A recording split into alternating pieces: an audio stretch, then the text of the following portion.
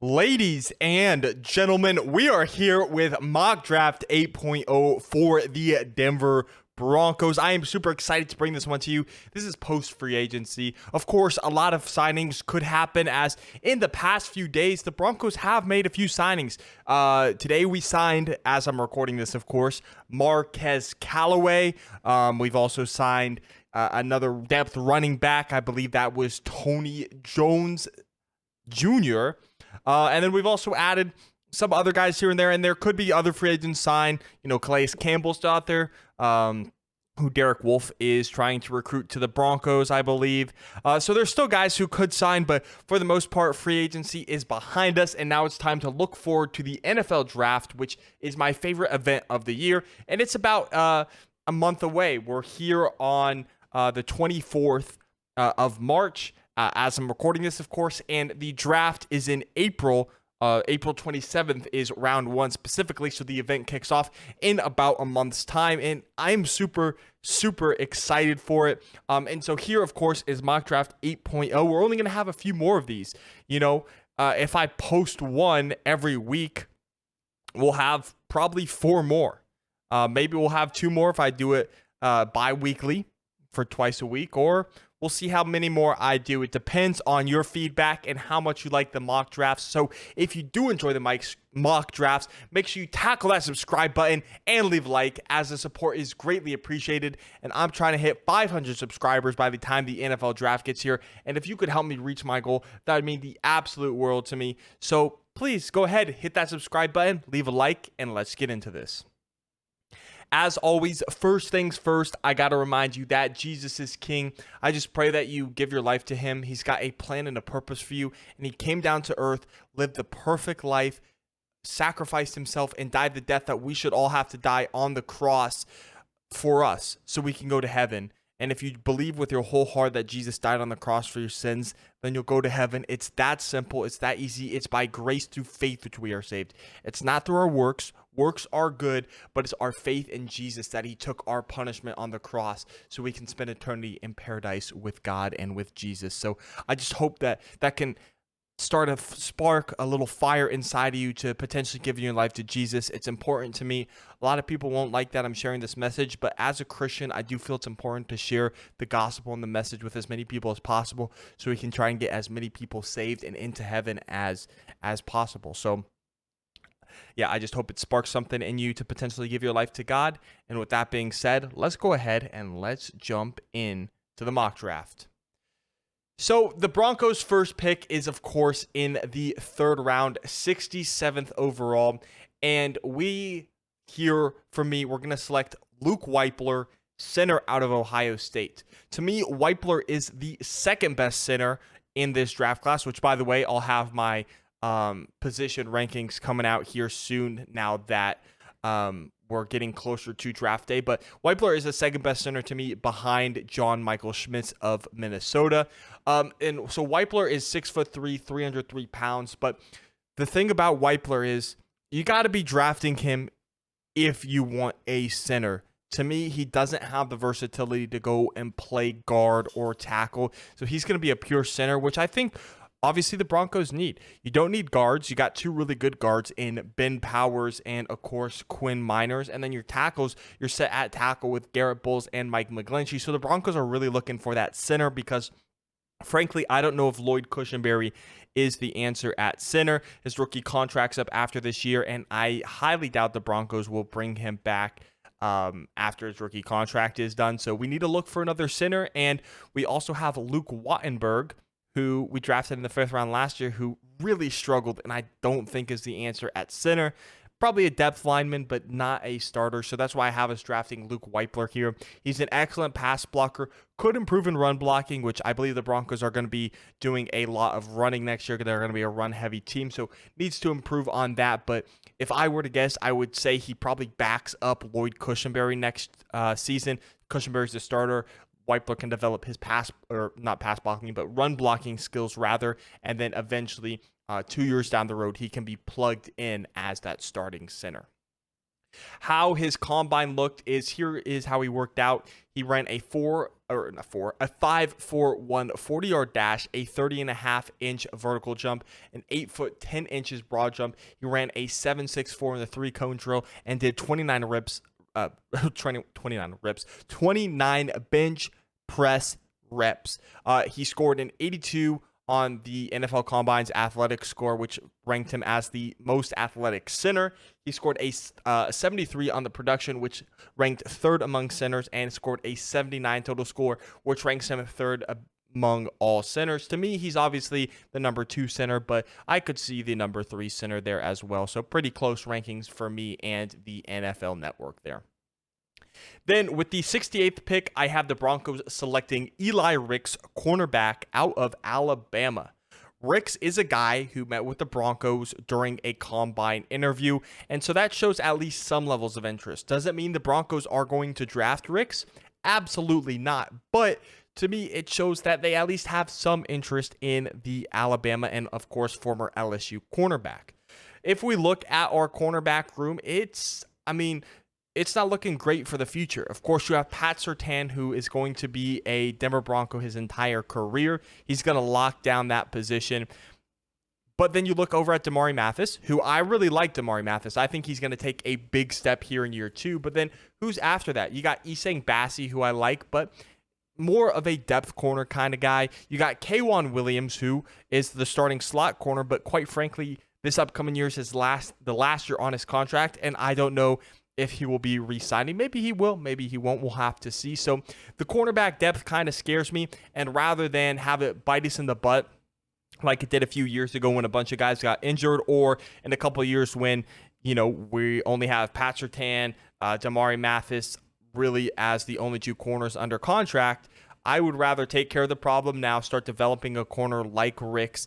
So eventually when that problem does arise, you can honestly have a solution and not be kind of just screwed. The biggest criticism, though, that I have about Eli Ricks is the availability. He's only played 23 games during his college career, and that's been a lot due to injury. So I would like him to stay on the field more, and that's kind of the really big drawback for me. I think if he played more and he could stay on the field, I do think that he would be a late first round. He could even be just an early mid first round maybe if he stayed healthy. But because of that, he kind of has started to dive down the board, and the Broncos, of course, get a shot at him here at 68 with their back-to-back picks. But you see here, he played in 23 games with the Crimson Tide and the LSU Tigers. He had 44 total tackles. He I guess it's stud deflection. Yeah, you could call it that. 10 passes, and he had 5 interceptions. Now, he didn't work out at the combine. You can see he didn't do anything. I can't remember if he was injured or not, but I just know he didn't work out at the combine. And the rankings here, quite frankly, I disagree with the NFL Network here. They ranked him they gave him a 64 athletic grade, which ranked him 31st among corners, a 69 production, which ranked him 19th among corners, and a 72 total score, which ranked him 20th best among all corners, which, of course, I disagree with. I don't think he is the 20th best corner. I don't think they're far off. I kind of think he's in that 15-ish range, but still, to me, I really do like Eli Ricks, and I think if he develops, maybe isn't an instant starter, but develops in the Broncos defensive system, eventually he could be a starter for the Broncos. Next up at pick 108 in the 4th round, I have the Broncos selecting Dorian Williams, linebacker out of Tulane. When we look at our linebacking core, I think Alex Singleton, he is, he wanted to be here, which is amazing, and I'm glad he's back on a 3-year deal. He was the leading tackler for the Broncos last season. However, he's not the most athletic linebacker back there. I like Josie Jewell, but this is the last year under his current contract. So will the Broncos renew his contract? I hope so, but we'll have to see. Josie Jewell made tremendous steps last year. Then you look at the depth. I like Jonas Griffith as kind of that 3rd, 4th linebacker, probably not as a starter, one who can start a few games, but maybe not the whole season. Although I do really like Jonas Griffith. I kind of take that back. I wouldn't mind if Jonas Griffith started the whole season. I think he is a fantastic linebacker for the Broncos. Justin Strnad, though, fifth round pick in 2020, was hurt his rookie year. Really hasn't stood out and impressed me. And quite frankly, I think the inside linebacker core for the Broncos is one of the weaker position groups on that defense. But I still like the guys there, like Alex Nielsen, Josie Jewell, Jonas Griffith. I think that we can add some more to it, though, in Dorian Williams out of Tulane. And Williams is a beast. He was all over the field. In 43 games, he had 316 tackles. He had 27 tackles for loss. He had 9.5 sacks. He defended 13 passes, and he got 2 interceptions. So he can play anywhere on the field. He can rush the passer if you want. He can stop the run. He can drop back into coverage. Whatever you need him to do, Dorian Williams would be able to do it. And I like adding depth and more players into that inside linebacking core and really building that and having it become a strength of the defense. How he tested at the combine, well, he didn't run the 3-cone drill or do any bench press, but he ran a 4.49 40-yard dash. He had a 33.5-inch vertical and a 10-foot broad jump. They ranked him 81st, or they gave him an 81 score, which ranked him 6th among linebackers, gave him a 65 production score, which ranked him 14th among inside linebackers, and gave him a total score of a 74, which ranked him 9th among inside linebackers. Is Dorian Williams my favorite linebacker?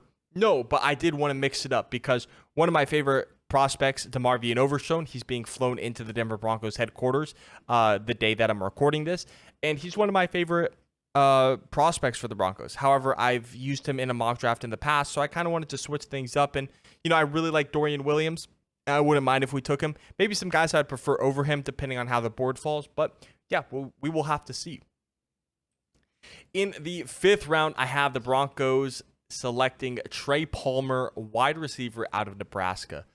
Palmer, to me, well, first off, Palmer is a guy who has met with the Broncos. And Benjamin Albright, I know some people love Benjamin Albright. Some people don't like him. I personally like Benjamin Albright. I like him as a reporter.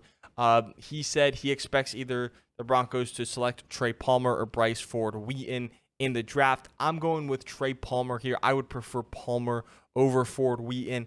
In 34 games with the Cornhuskers, he had 112 receptions.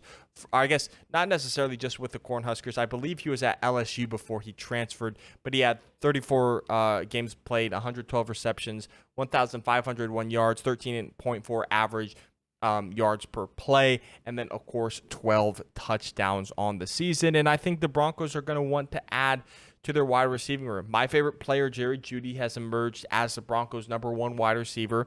Cortland Sutton kind of struggled last season. I'm expecting a bounce back, though, depending on if he's even here. I would love the Broncos to keep Cortland Sutton, but right now it does sound like he is going to be traded. And then, of course, you got Tim Patrick coming back from his ACL injury.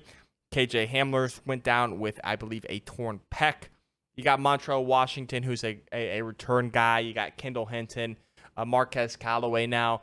So I have us adding to that wide receiving core with Trey Palmer here.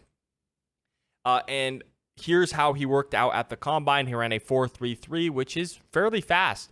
He had an 82 athletic score, 13th, which ranked him 13th among wide receivers, a 71 production, which ranked him 14th among wide receivers, and had a total score of a 76, which ranked him 15th among all wide receivers. Now, jumping into the final pick of this draft for the Broncos, to me, it was between a few positions. Maybe do we want to add another running back? What do we want to do here? But I went with Tyler Lacey, defensive lineman out of Oklahoma State. Now, I might have some bias here. I did get to see Tyler Lacey play in person because, I'm from Colorado, born and raised there, but I'm a senior at Oklahoma State right now. I'm an LSU football fan. I am an LSU fan, but obviously, I do support the Cowboys since I do go, obviously, here. And Tyler Lacey is the real deal. He is an absolute beast. I think this is a steal of a pick here in the 6th round. In 43 games with the Cowboys, he had 113 total tackles, 30 tackles for loss, and 11.5 sacks. He is just a pure disruptor. He's going to disrupt that offense. He's going to provide pressure. So Tyler Lacey is the real deal here. during the combine, he actually had a fairly productive workout. He ran a 5'11" 40-yard dash, which isn't terrible for a defensive lineman. He had a 28.5 vertical jump, a 9'8" broad jump. He ran about a 7'6" in the 3-cone drill, did 30 bench press reps. He got a 77 in the athletic score, which ranked him 4th among defensive linemen, a 65 production score, which ranked him 5th among defensive linemen, and a 70 total score, which ranked him 4th among defensive linemen. And that's interior defensive lineman, by the way. So Tyler Lacey is the real deal. And if the Broncos were able to snag him, I would be ecstatic because, frankly, we do need to add to that defensive line core. Draymond Jones obviously left. Got Zach Allen in as a replacement. We got DJ Jones there at the defensive tackle. Then you look over at who's going to be across from Zach Allen. Well, I believe right now it's probably going to be Ioma Uwazurike, the 4th-round pick last year from Iowa State. You got Matt Henningsen as well. You got Mike Purcell. But I do think the Broncos need to add there at least as a depth player. And I think Tyler Lacey, he can play that depth role in his first few seasons. And then after that, if you need him to start down the road, he can start. And so I believe he provides that upside to be a depth player and eventually turn into an impact starter for the Broncos. Now, what would the team look like with these draft picks and just honestly updated? Keep in mind, this is not the final 53-man roster. This is just kind of what I put together right now in my head. There's still, of course, guys you want to add. But, okay, so this is kind of just a rough estimate of what the offense, the defense might look like. Not obviously, you're going to add more because you need, obviously, backup tackles. You're going to want just more depth at the positions. Maybe there's too much depth at one position. So this is just a very rough guesstimation kind of. So don't take this seriously. This is just kind of what I threw together in my head in like 5 minutes. So line, of course, you got Garrett Bowles, Ben Powers, Lloyd Cushenberry, Quinn Miners, and Mike McGlinchey. You got Luke Weipler, the rookie, backing up Lloyd Cushenberry. You got Luke Wattenberg, 5th-round rookie from last year, who can be a backup guard or center. You got Quinn Bailey, who can be a backup guard or a backup tackle if you need him to. Receivers, you got Jerry Jeudy, Tim Patrick, and Cortland Sutton. Got KJ Hamler there. Montreal Washington, who could be a returner. Got Marquez Callaway. I'm throwing in the rookie Trey Palmer there. You got Kendall Hinton. We'll see if he comes back. Quarterbacks, of course, you got Russell Wilson as the starter and Jarrett Stidham as the backup. Could throw in Jarrett Garantano, the rookie from last year, but I think he'll most likely be a practice squad if he's still on the team. Running backs, it's Javonte Williams if he's healthy, backed up by Samaje Perine and Tony Jones Jr., who we signed recently, and of course, Michael Burton as the fullback. On the defensive side of the football, you got the defensive line as Zach Allen, DJ Jones, and Ioma Uwazurike, the 4th-round pick from last year.